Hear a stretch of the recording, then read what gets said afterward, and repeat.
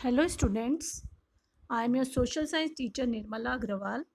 Today we will study the next topic, the age of revolution from 1830 to 1848, the age of revolution in Europe.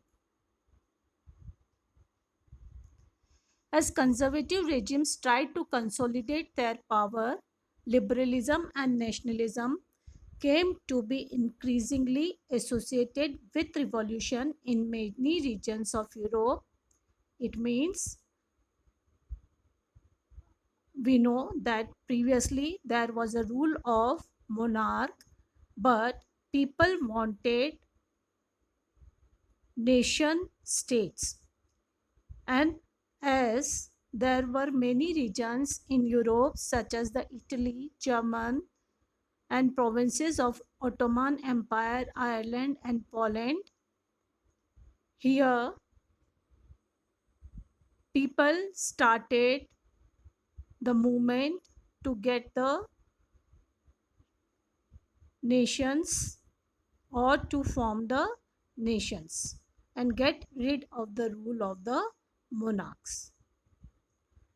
These revolutions were led by the liberal nationalists belonging to the educated middle class elite, among whom were professors, school teachers, clerks, and members of the commercial middle classes. Earlier, also, we have seen that in the French Revolution, a new middle class emerged in which there were businessmen and educated people. Other than that, there were some philosophers who led the people for the revolution. The first upheaval took place in France in July 1830. We are talking about the nation building process in Europe. The Bourbon king, who had been restored to power during the conservative reaction after 1815, were now overthrown by liberal revolutionaries who installed a constitutional monarchy with Louis Philippe at its head. We have seen that in France there was the revolution in 1789.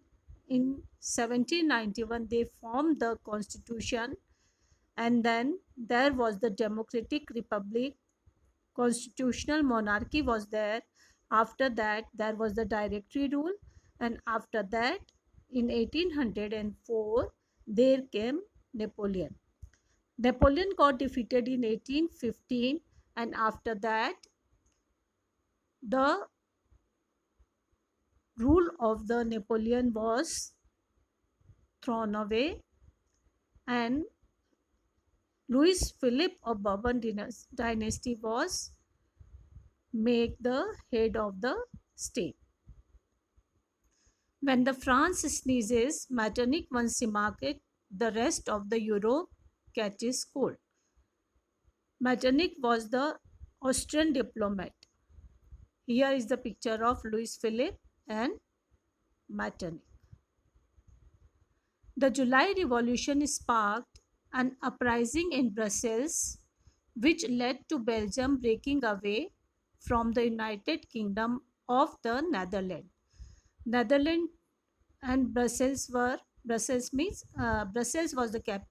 capital of Belgium, and Belgium and Netherlands were in the United Kingdom. But when the revolution started in July, it broke away from Netherlands.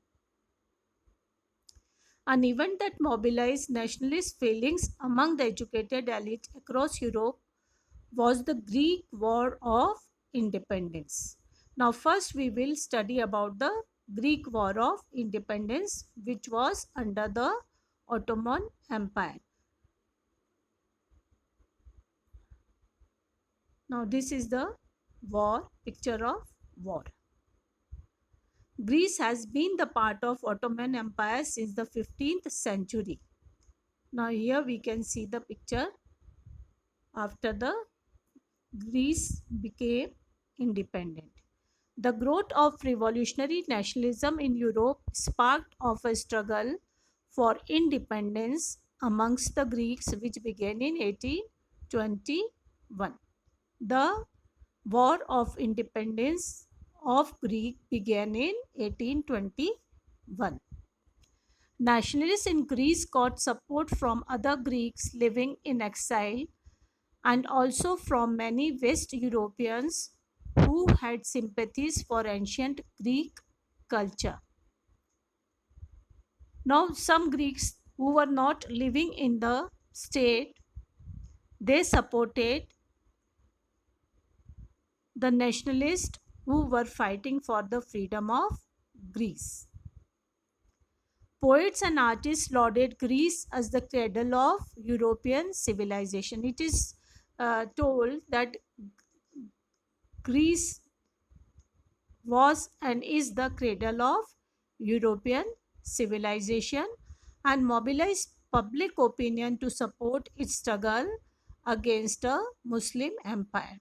Now, which was or is the Muslim empire? We are talking about Ottoman Empire. Here is the picture that is of Greece.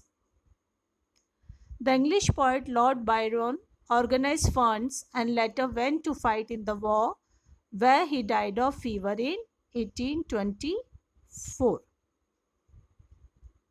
Now, this is the picture of Greece after independence.